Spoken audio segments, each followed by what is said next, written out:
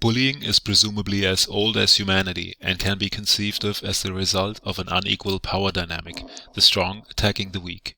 It can happen in a variety of ways, through physical violence, verbal abuse, or the management of relationships, which includes spreading rumors, humiliation, and exclusion. Bullying behavior is always deliberate. It is repeated over time and always reflects a pattern of behavior instead of just one isolated incident. A bully often targets multiple victims, while the targets always perceive that they are being harmed. And interestingly, people who are victims in one situation can also be bullies in another. Today, young people have fully embraced the internet for socializing and communicating. The rise of digital social networks has led to a new definition of friendships, relationships, and social communication. And alongside this transition, the old problem of bullying arises with a new appearance in new circumstances as cyberbullying. Cyberbullying is bullying that takes place in the online world over digital devices like smartphones, computers, and tablets, which is one feature that differentiates it from traditional bullying. It can occur through SMS, text, and apps, or on social media, in forums, or in gaming, where people can view, participate in, and share content. From a linguistic point of view, there's a twofold connection of cyberbullying and language. First, there's a rich inventory of terms that have been coined over time to describe the many different forms of bullying behavior. And second, there are the linguistic features of cyberbullying language itself, referring to how language is used to bully people in virtual medial environments.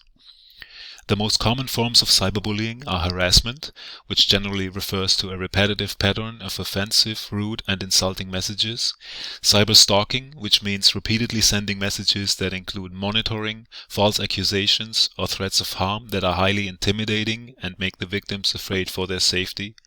Then there's masquerading, which means that a bully creates a fake online profile or identity with the sole purpose of bullying someone. This can involve creating a fake email account, fake social media profile, and selecting a new identity and photos to fool the victim. In these cases, the bully is often someone the victim knows quite well. There's dissing or slandering, that is posting cruel gossip or rumors about a person to damage their reputation. In these cases, the bully often has a personal relationship with the victim as an acquaintance or as a friend. There's exclusion, which is willfully excluding someone from an online group. For example, the target might be excluded or uninvited from groups or parties while they see other friends being included, or they are left out of conversations that involve mutual friends.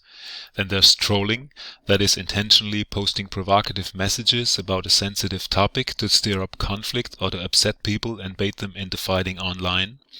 There's flaming, which refers to online fights using messages with angry and vulgar language. Flaming is similar to trolling, but is usually a more direct attack on a victim to incite them into online fights. There's fraping, which means breaking into someone's account and then posing as the victim and posting inappropriate content like racial or homophobic slurs to make the person look bad or get them in trouble or danger or damage their reputation and friendships. Then there's outing or doxing, which is openly revealing sensitive information about someone without their consent for purposes of embarrassment and humiliation. This involves the sharing of personal photos, documents, and saved personal messages. And finally, there's trickery, which is similar to outing, but with an added element of deception. In these situations, the bully will befriend their target and lull them into a false sense of security. Once the bully has gained their target's trust, they abuse that trust and share the victim's private information online with their peer group or other third parties. Cyberbullying language includes mocking, teasing, giving the targets negative names, also known as name-calling, threatening their physical safety, or uttering degrading opinions.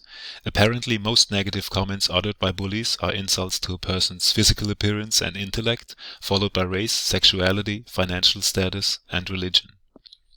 Cyberbullying language can also involve camouflaging hurtful comments with abbreviations like JK, meaning just joking, or a wink emoji, or asking friends to vote for or against another person through Instagram polls or with captions such as, "Is this person hot or not?"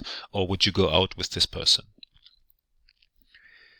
According to a survey conducted by the Pew Research Center in 2022, 46% of US teens have experienced at least one type of bullying, like offensive name-calling, spreading of false rumors, receiving explicit images they didn't ask for, constant monitoring on the verge of stalking, and also physical threats.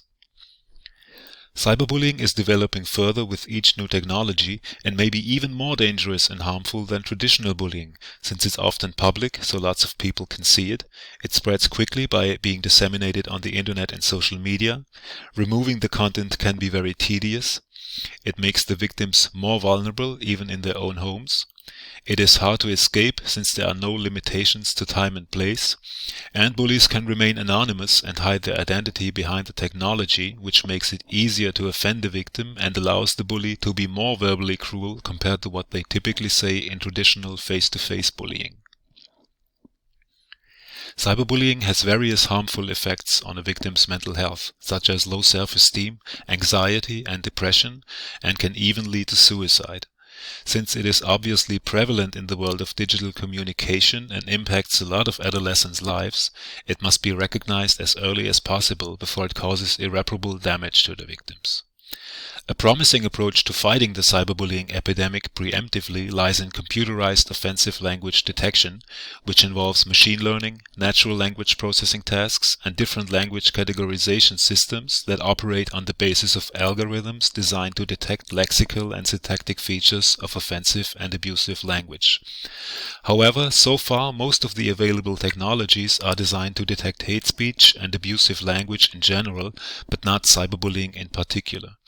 And since the textual contents on social media are highly unstructured, informal, and often misspelled, research on offensive language detection still has a long way to go. Thank you for listening.